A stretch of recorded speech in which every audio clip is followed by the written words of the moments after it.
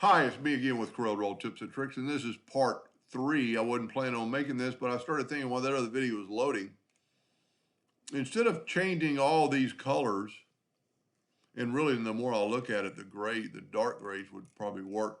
Instead of changing all the colors, let's just pick out the black and see what happens. So we're gonna, matter of fact, I need to zoom in here a little bit.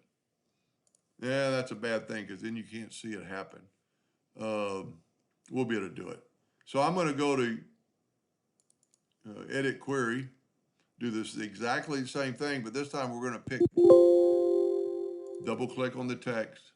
I'm going to get the eyedropper tool, and I'm going to try to get a black.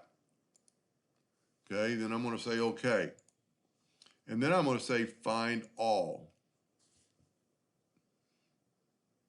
And I think it's already done it. So now I'm going to go Control G and group it together.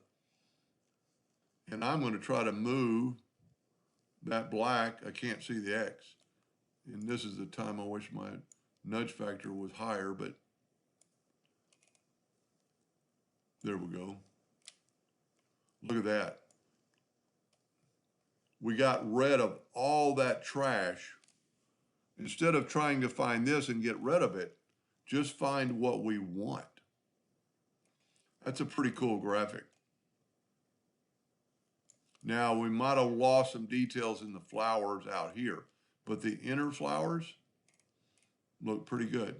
And you could change this up and put some of those back. If I hadn't have moved them, or did I nudge them? Let's see if we can. Yeah, I moved them. So let's go backwards. And this time let's nudge it. Put our nudge factor on like 5 inches. Let's try to grab a black and nudge it over 5 inches. And then if you wanted to, you could, let me get rid of the yellow box. These are all broken apart. You could, I would probably want to use the freehand pick tool, and I would freehand this little limb out here. Should have selected them. I'm going to go ahead and turn them black, and then I'm going to nudge them over. Look what it did.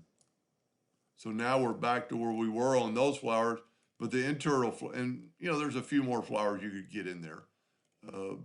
But that would, I mean, you could keep tweaking it.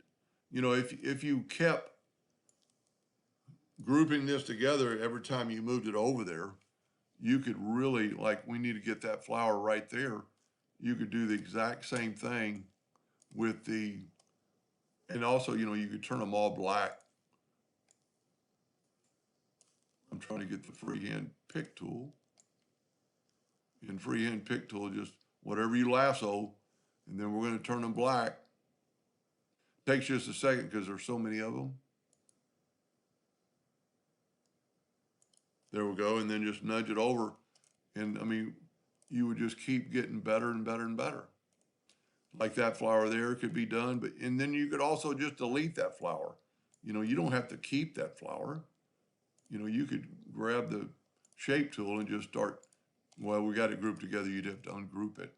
But just get rid of that flower. Go group and you got to have something selected. I'm going to get the regular pick tool back.